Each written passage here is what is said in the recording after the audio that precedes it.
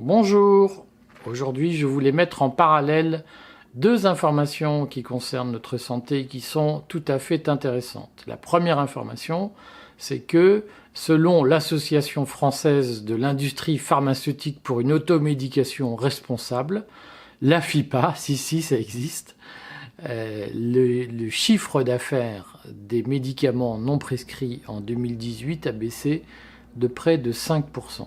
Il avait déjà baissé de près de 5% en 2017, c'est-à-dire qu'en 2 ans, les Français ont consommé pour 10% de valeur en moins de médicaments non prescrits par des médecins.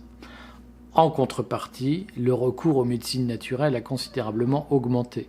Donc on voit qu'il y a un repli de la chimie, de l'allopathie, de la croyance des Français dans les petites pilules et une préférence de plus en plus marquée pour les solutions dites naturelles ou en tout cas les solutions qui font appel à des produits qui ne sont pas de la chimie.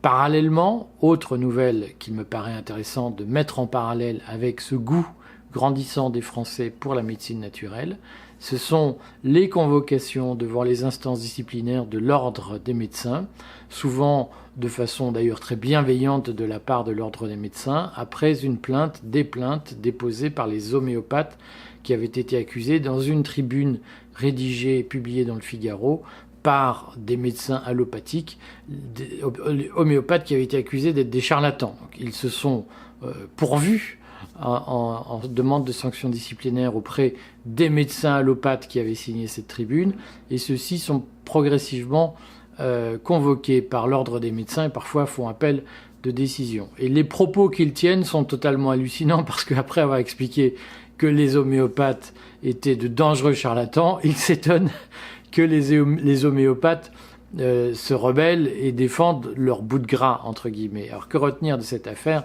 Essentiellement que il y a aujourd'hui un vrai divorce entre les médecins avec une blouse blanche, les allopathes, et les patients qui manifestent une préférence grandissante pour des formules thérapeutiques qui ne sont pas reconnues par les médecins remboursés par la sécurité sociale.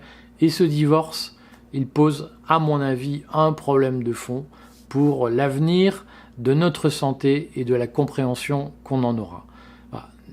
Reportez-vous à l'article de cosmico.fr sur le sujet qui fait la synthèse des données. À bientôt.